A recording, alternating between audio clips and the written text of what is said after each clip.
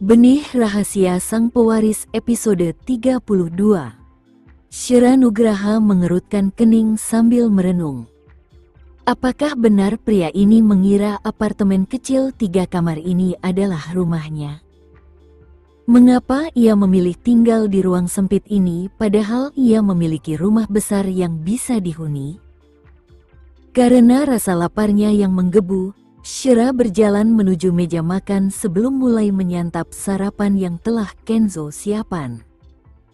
Menatap pria yang duduk di seberangnya, Syira pura-pura menunjukkan kekhawatiran sambil bertanya, "Sudah makan?" "Ya," jawab Kenzo Wiharja sambil meliriknya. "Bagaimana dengan perutmu? Sudah membaik?" Syira bertanya, berharap kondisi Kenzo tidak semakin parah.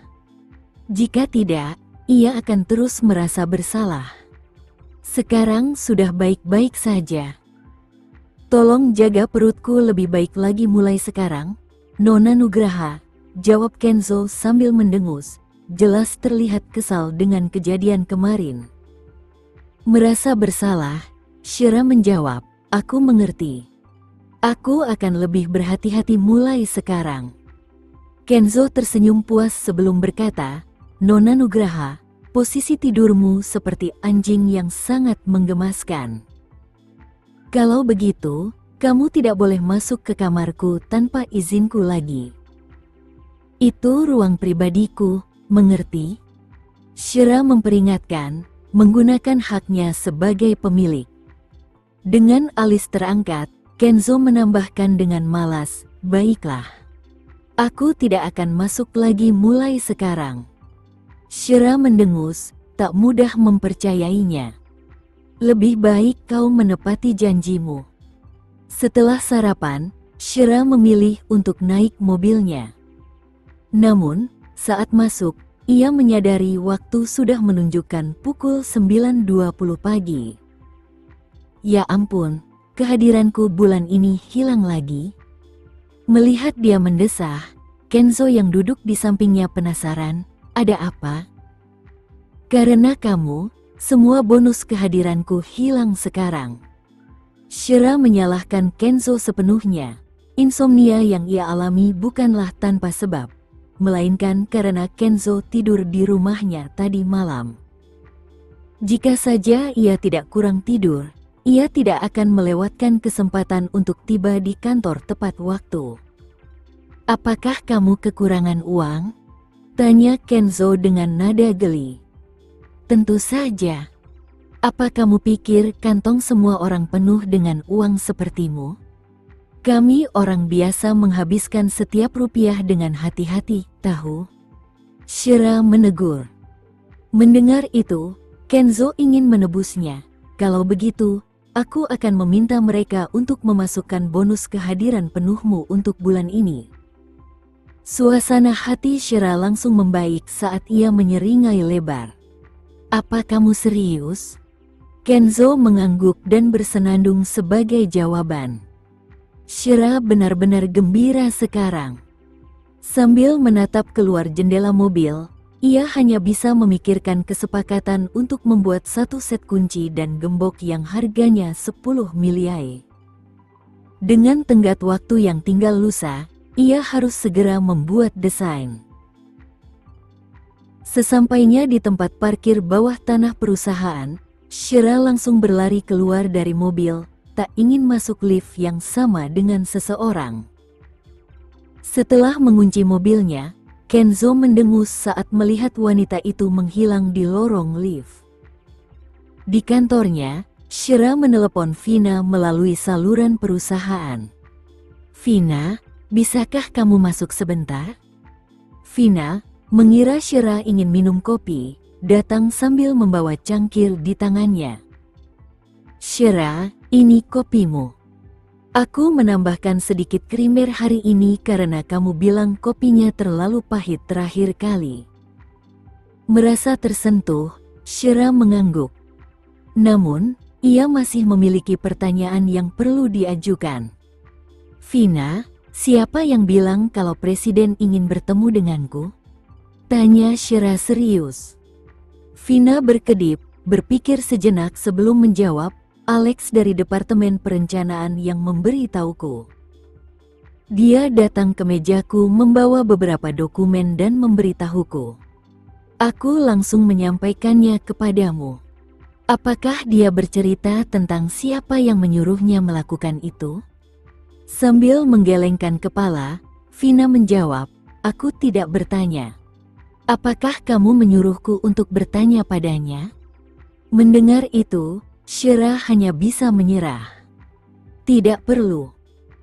Aku hanya bertanya karena presiden tidak ada di kantornya saat aku datang kemarin. Sepertinya Nindya telah menanamkan orang-orangnya cukup dalam sehingga dapat menggunakan asisten manapun untuk memberitahu Shira tentang hal ini. Shira yakin bahwa orang bernama Alex juga sedang dimanfaatkan oleh seseorang. Mengenai siapa orang itu, mungkin saja untuk menemukan dalang di balik semua ini jika Shira benar-benar menginginkannya. Namun, karena tidak ingin menakut-nakuti orang itu dan memberitahu mereka, ia hanya bisa menghibur dirinya sendiri dengan terus waspada terhadap hal-hal semacam ini di masa mendatang. Saat mendalami desain, Shira pertama-tama membuat 2 gambar, 1 gambar gembok dan 1 gambar kunci. Banyak pasangan menyukai konsep seperti ini, karena hati pria seringkali diibaratkan sebagai gembok dan diperlukan sentuhan lembut dari wanita dalam bentuk kunci agar kedua belah pihak dapat saling menerima sepenuhnya. Dengan inspirasi yang luar biasa, Shira memulai dengan lancar dan menyelesaikan 2 gambar yang terperinci. Alih-alih kunci yang tampak tajam seperti biasa, desain kunci tersebut sangat indah dengan tepinya yang halus. Sementara itu, gagang kunci berbentuk oval dan bagian bawahnya tipis. Ada ukiran yang indah di atasnya, membuatnya menonjol. Mengingat pelanggan yang menyebutkan inisial mereka, Shira kemudian mendesain logo di bagian samping. Logo tersebut berupa huruf W dan D, dengan gambar hati yang menghubungkan kedua huruf tersebut.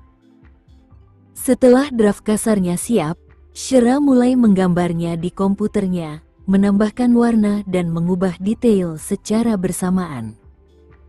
Tiba-tiba, Vina mengetuk pintunya.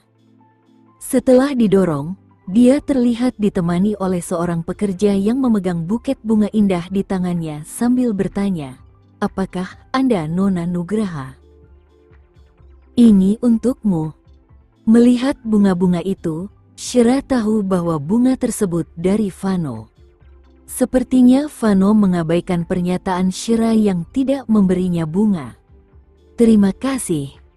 Tolong taruh di sofa," gumam Shira sambil tersenyum. 10 menit kemudian, Vina mengetuk pintunya sekali lagi. "Shira, ada bunga untukmu lagi." Setelah itu, seorang karyawan lain dari toko bunga berbeda datang membawa buket besar mawar impor. Bunga-bunga itu tampak indah seolah-olah baru saja dipetik. Shira tiba-tiba berdiri dan menatap tak percaya pada 2 karangan bunga yang dikirim dalam rentang waktu 10 menit. Mengapa Vano mengirim 2 karangan bunga hari ini? Shira pun berjalan mendekati buket bunga mawar tersebut. Tiba-tiba, ia menyadari ada kartu yang tertempel di bunga-bunga itu. Ia mengulurkan tangan untuk mengambilnya. Ternyata, ada tulisan singkat di kartu itu, "Semoga kesabaranku membuahkan hasil yang baik." Sementara itu, tanda tangan pada kartu tersebut adalah nama belakang Wiharja, dengan tanggal tertulis di bawahnya. Mata Shira yang indah terbelalak dan ia tidak percaya saat melihat tanda tangan itu. Hanya ada satu pria yang ia kenal dengan nama belakang Wiharja. Mungkinkah itu darinya? Tak lama kemudian, Shira berjalan ke meja dan mengambil telepon kantornya. Ia menghubungi nomor telepon kantor presiden, namun tidak ada yang menjawab. Tidak mau menyerah, ia mengeluarkan telepon selulernya dan menghubungi nomor tersebut sekali lagi. Halo. Suara bariton rendah yang terdengar cukup merdu di telinga. Shira langsung mengajukan pertanyaan, apakah kamu mengirimiku buket bunga? Apakah kamu menyukainya? Kamu bodoh sekali. Jangan lakukan itu lagi. Wanita di ujung telepon itu terus menatap dua buket bunga di sofa sambil memikirkan bagaimana cara menanganinya. Kamu suka bunga yang dikirim Vano, tapi kamu malah merasa jijik dengan bunga yang aku kirim? Pria itu berkata dengan nada frustrasi. Mendengar itu, Shira kehilangan kata-kata. Mengapa kamu membandingkan dirimu dengannya? Dia temanku, tetapi kamu bosku. Mengapa kamu mengirimiku bunga?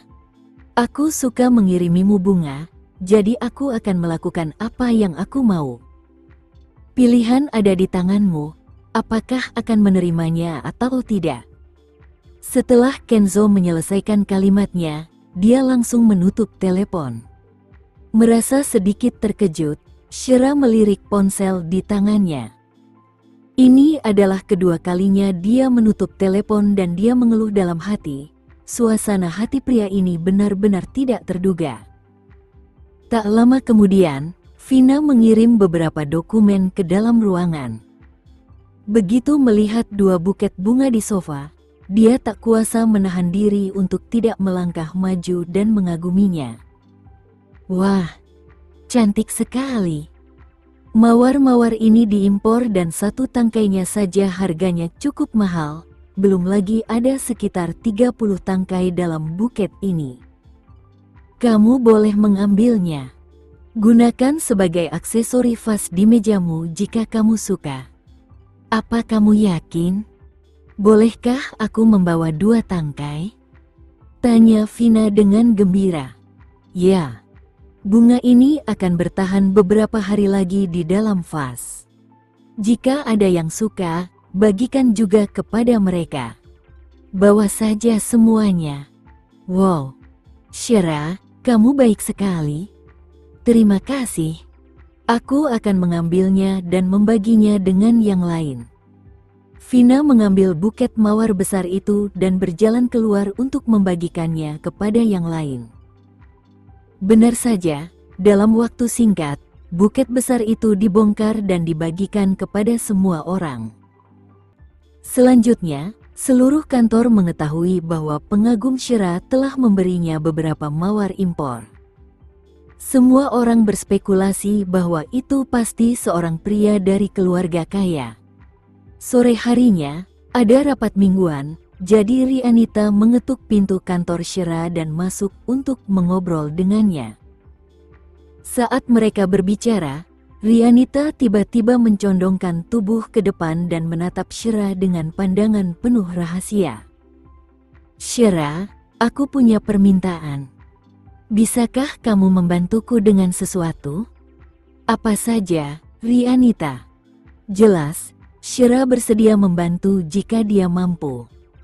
Yah, masalahnya, kami sedang berdiskusi untuk membuat area camilan lainnya.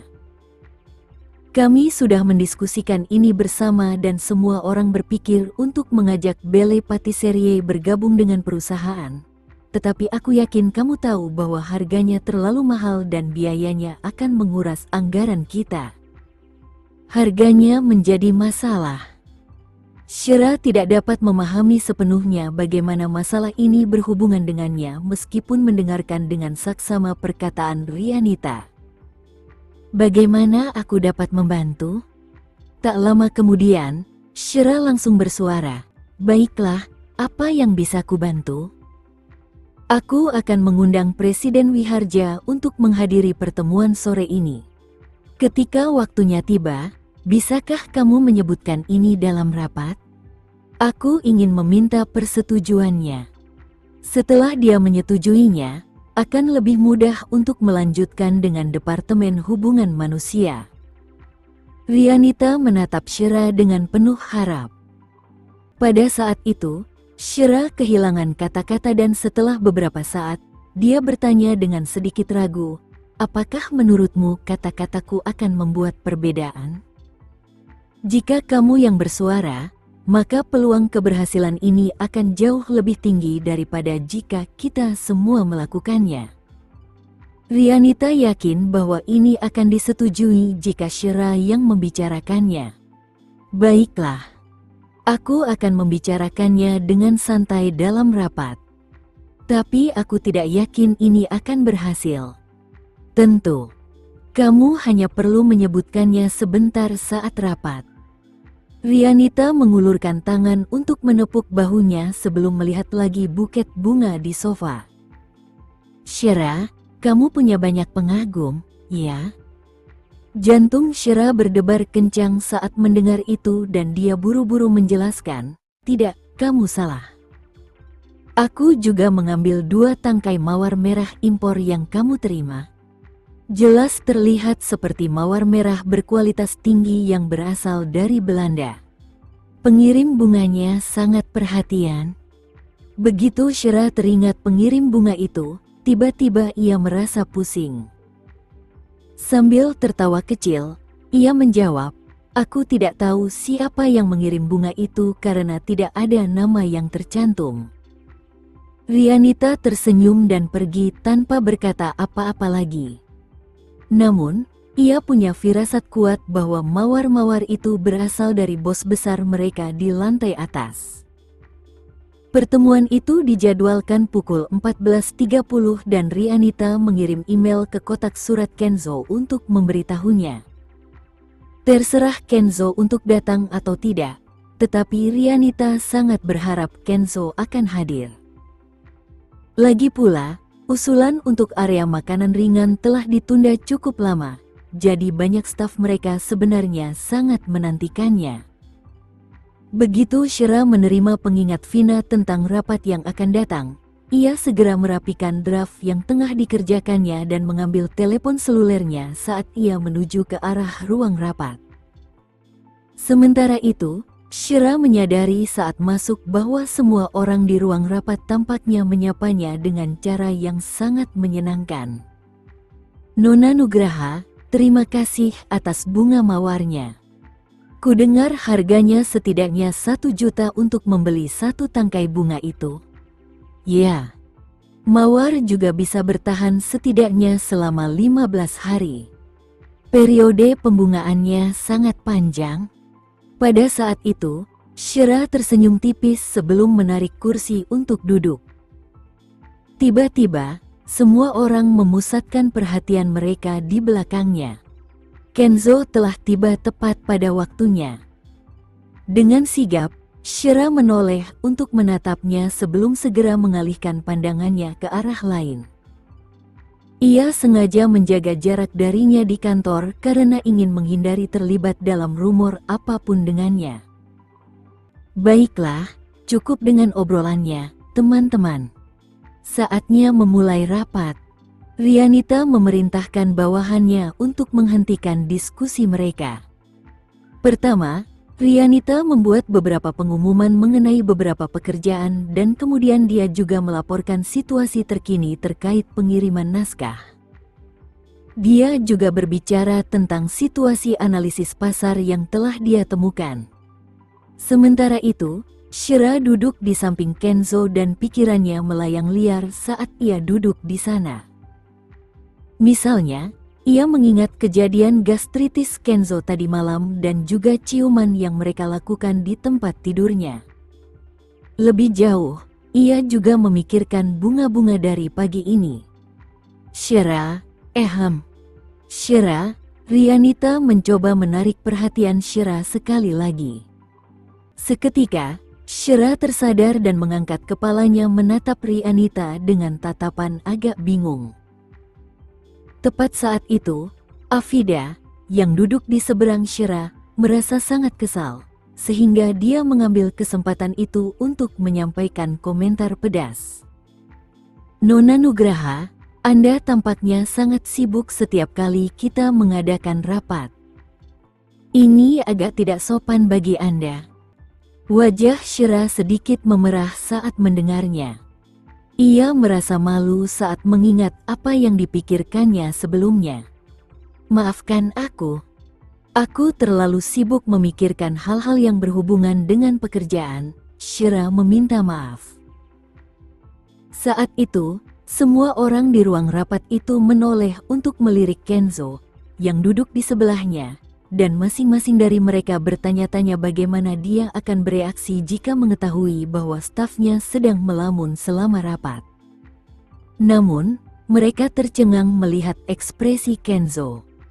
Saat ini, dia menatap Shira dengan tatapan penuh kasih sayang yang mengandung sedikit rasa geli. Shira, kita baru saja membicarakan tentang pengenalan area istirahat minum teh. Apa pendapatmu tentang itu? Rianita memilih saat itu untuk mengangkat topik ini. Seketika, Shira teringat kembali. Kurasa kita harus pindah ke toko kue lain. Aku pernah mendengar tentang tempat yang sangat populer dan kurasa akan sangat menyenangkan jika kita bisa meminta perusahaan itu menyiapkan kue-kue untuk jamuan minum teh kita. Oh, bisakah kamu memberitahuku nama tempat itu? Rianita langsung bertanya. Itu adalah toko kue yang terletak di kota dan nama tempatnya adalah Belles Patisserie. Aku sudah sering ke sana bersama putraku dan kue-kuenya terasa sangat lezat. Bahan-bahan yang mereka gunakan juga sangat segar. Dengan ekspresi bingung, Rianita bergumam, tapi sejauh yang aku tahu, harga kue kering di tempat ini termasuk mahal dan kami memang punya kendala anggaran. Ya, kalau begitu, mari kita buat pengaturan agar toko ini bergabung dengan perusahaan kita. Tiba-tiba, suara laki-laki yang rendah namun mendominasi terdengar. Pada saat itu, Rianita menoleh untuk melihat Shira dan ada ekspresi setuju di wajahnya. Tatapan yang terpancar di mata Kenzo. Memang, rencana ini berhasil dan Kenzo menyetujuinya. Shira cukup terkejut saat mendengar hal itu. Bagaimana bisa dia menyetujuinya begitu saja? Di ujung lain, Afida menatap Shira dengan pandangan cemburu sambil berpikir, Shira diperlakukan begitu baik di perusahaan. Bahkan Presiden Wiharja pun menuruti kemauannya. Kalian lanjutkan saja rapatnya. Kenzo melirik jam tangannya dan melihat waktu. Aku ada urusan lain, jadi aku pergi dulu. Setelah dia meninggalkan ruangan, semua orang di ruang rapat itu menghela napas lega dan hal pertama yang jelas mereka lakukan adalah berterima kasih kepada Shira karena telah menyarankan toko kue baru, sehingga berhasil memperoleh manfaat staf yang luar biasa bagi mereka. Shira hanya menyebutkannya sepintas lalu. Jadi dia sebenarnya tidak menyangka Kenzo akan menyetujui sarannya begitu saja. Tepat setelah Kenzo keluar dari ruang rapat, dia tiba-tiba mendengar dua staf wanita mengobrol satu sama lain dengan penuh semangat di ujung koridor. Bunga-bunga itu diberikan kepada kami oleh seorang desainer. Mawarnya sangat cantik. Sayang sekali kamu tidak datang lebih awal sehingga kehilangan kesempatan. Dia sangat murah hati. Dia membagikan bunga-bunga mahal kepada seluruh kantor. Pada saat itu, Kenzo menghentikan langkahnya dan wajah tampannya berubah muram. Ia melangkah kembali ke arah area kerja dan seketika, ia melihat bahwa setiap vas bunga milik seluruh staf di kantor dihiasi dengan setangkai mawar merah. Dari pengamatannya, sebenarnya itu adalah mawar impor yang telah ia petik senjlet dengan hati-hati dari toko bunga sebelum rapat paginya. Wanita itu memberikannya begitu saja setelah melihatnya sekilas. Wajahnya yang tampan sedingin es dan ada ekspresi kesal di matanya. Dia berbalik dan berjalan kembali menuju ruang rapat. Kemudian, dia membuka pintu dan berteriak kepada wanita di dalam, Shira, datang dan temui aku di kantorku. Setelah mengatakan itu, dia menambahkan, sekarang. Nada suaranya membuat semua orang di ruang rapat menjadi tegang saat mereka mengarahkan pandangan simpatik pada wanita yang disebutkan Kenzo secara khusus. Jauh di lubuk hati, mereka berpikir, kesalahan besar apa yang telah dia lakukan kali ini? Mengapa bos besar menggunakan nada suara yang begitu memerintah? Shira yang sedikit terkejut, membereskan barang-barangnya dan bangkit dari tempat duduknya. Kemudian, dia keluar dan menutup pintu ruang rapat di belakangnya. Presiden Wiharja, apakah ada sesuatu yang mendesak? Kita bicara di kantorku saja. Ucapnya sambil menggertakkan gigi dan melangkah maju ke arah lift. Sementara itu, Shira agak bingung. Apa aku menyinggung perasaannya? Apakah karena saran untuk toko kue tadi? Tapi aku tidak memaksanya. Itu sepenuhnya terserah padanya. Di dalam lift, Shira dapat dengan jelas merasakan suasana tegang di udara dan dia melirik pria jangkung dan tegap di sebelahnya yang sedang menyilangkan tangan. Dia tampak sangat marah saat itu. Bagaimana perut mah? Apakah kamu merasa lebih baik sekarang? Ia memanfaatkan kesempatan itu untuk mengungkapkan kekhawatirannya. Namun, Kenzo tetap mengabaikannya dan begitu pintu lift terbuka, ia langsung melangkah keluar dengan kakinya yang panjang. Sedangkan Shira, ia mengikuti di belakangnya dengan canggung. Saat memasuki kantor Kenzo, ia melihat Kenzo tiba-tiba berbalik dan sosoknya yang tinggi dan tegap menghampirinya. Karena takut, ia melangkah mundur tetapi punggungnya terbentur pintu.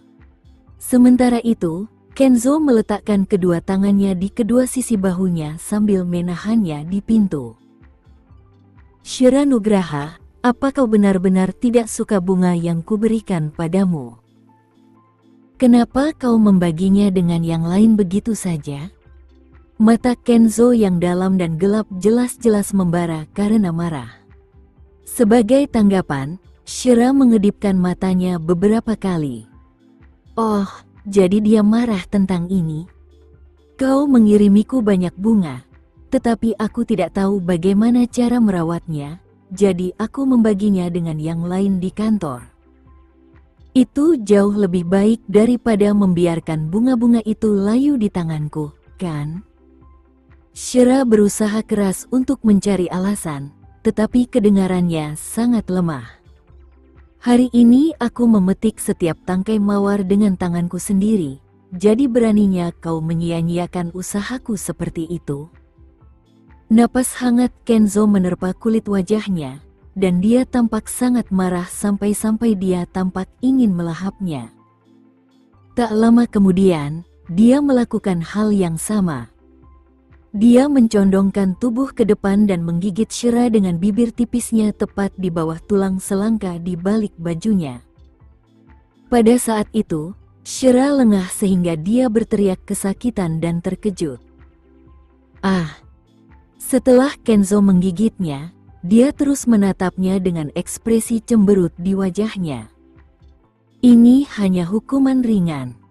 Aku tidak akan membiarkanmu lolos begitu saja lain kali jika kau mengabaikan hadiahku lagi.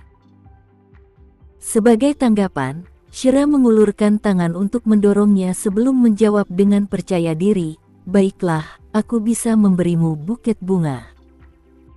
Ya. Kamu bisa membalas budi dengan sebuket bunga lagi, tapi apa kau bisa mengganti usahaku? Kenzo berbicara dengan suara serak dan ekspresinya sangat kesal. Sementara itu, Shira sempat berpikir sejenak, tetapi kemudian ia menepisnya dengan tegas. Kau tahu aku tidak akan menghargai hadiahmu, jadi sebaiknya kau berhenti memberiku apapun mulai sekarang.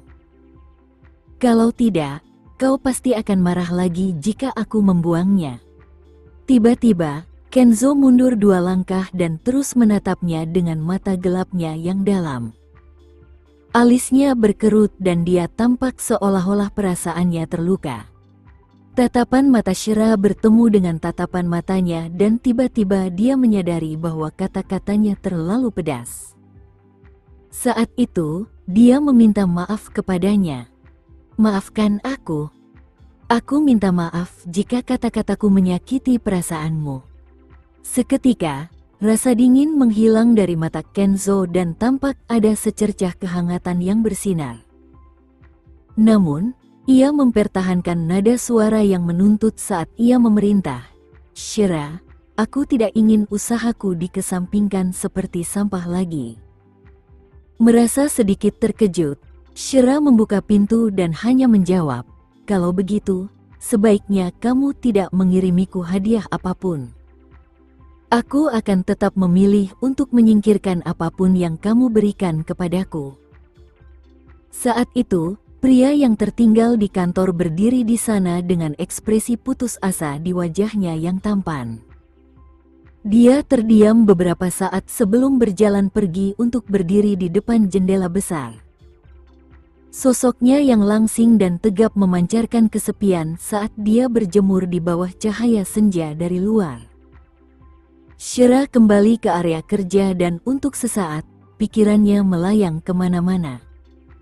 Sebenarnya, dia merasa heran dengan perilaku Kenzo. Dia bertingkah sangat tidak biasa hari ini. Jangan bilang dia menyukaiku. Yah, aku tidak menyangka dia akan memetik bunga yang dia berikan kepadaku secara langsung. Maksudku, meskipun Vano juga mengirimiku bunga, tentu saja dia akan menelepon toko bunga untuk memesannya. Vano tidak akan meluangkan waktu untuk pergi dan memetik bunga sendiri seperti Kenzo. Kurasa bisa dimengerti kalau Kenzo marah karena aku tidak menghargai bunga yang dia kirimkan.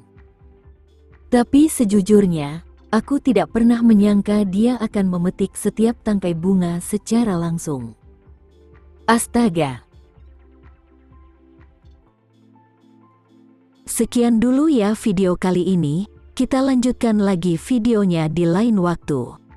Oh iya, bagaimana menurut kalian? Semoga bisa sedikit menghibur kalian semua. Untuk teman-teman yang baru nonton, jangan lupa subscribe ya, hehehe. Dan kalau teman-teman ada yang ingin gabung langganan, bisa langsung gabung saja untuk dapat fitur yang menarik dan sedikit membantu Mimin. Terima kasih banyak sudah menonton, sampai jumpa lagi, bye.